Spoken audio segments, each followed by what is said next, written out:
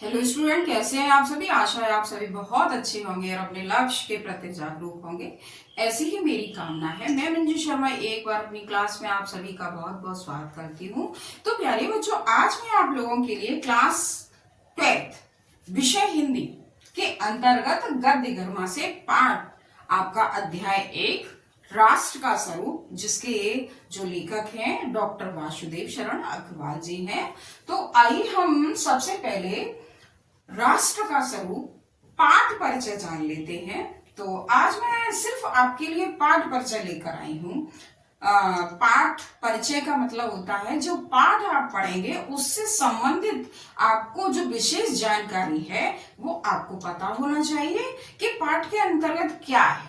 अगर आपको पाठ के अंतर्गत पाठ पता होगा तो निश्चित रूप से आपको व्याख्या करने में या कोई भी क्वेश्चन करने में कठिनाई नहीं होगी। तो देखिए, इसमें हमारे 3 टॉपिक दिए गए हैं। एक है हमारा भूमि, जन और संस्कृति, 3 टॉपिक है। तो आइए हम जान लेते हैं। देखिए, सबसे पहले तो ये निबंध है जो कहाँ से लिया गया है, डॉक्टर अग्रवाल जी द्वारा रचित है और निबंध पृथ्वी पुत्र से लिया गया है। किससे लिया गया? पृथ्वी पुत्र से लिया गया है, यह संकलित है।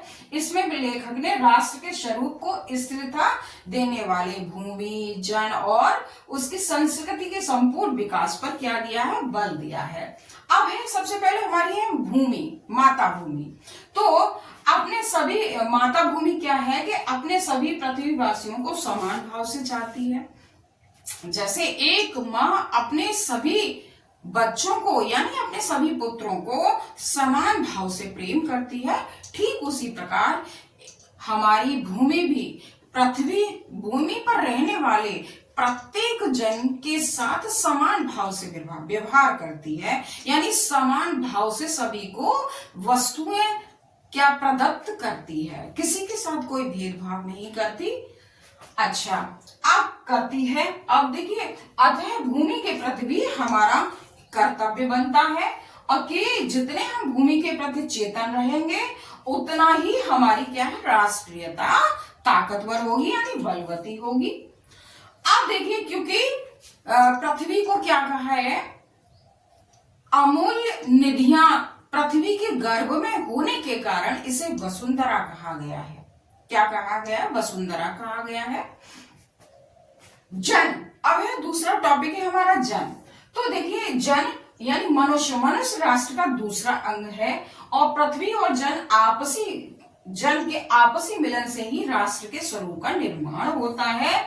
जन का सदा प्रवाही जीवन नदियों के प्रवाह के समान है।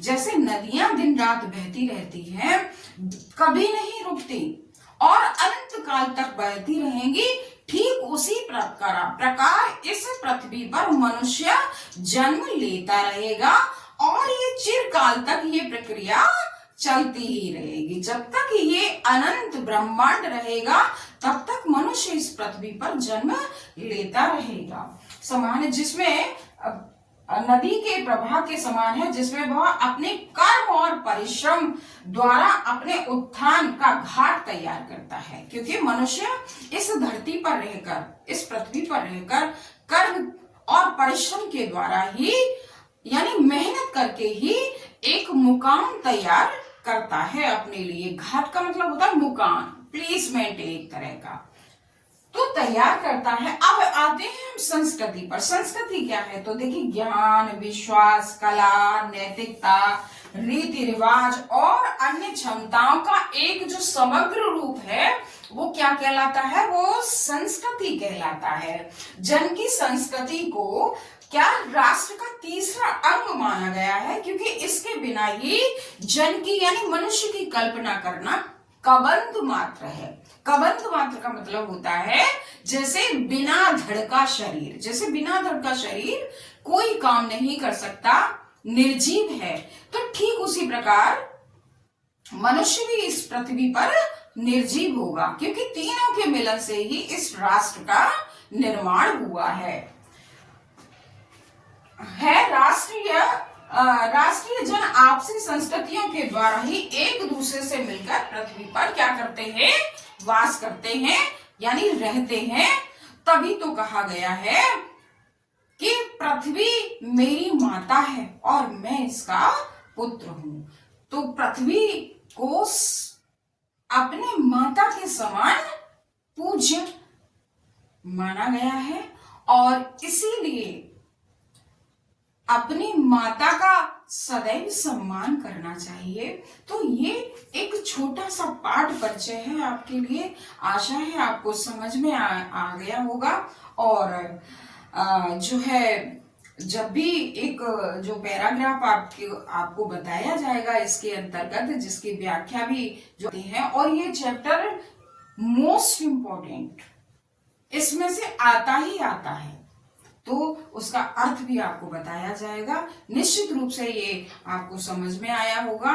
और मेरा वीडियो पसंद आया हो तो लाइक कीजिए, सब्सक्राइब कीजिए, शेयर कीजिए। धन्यवाद।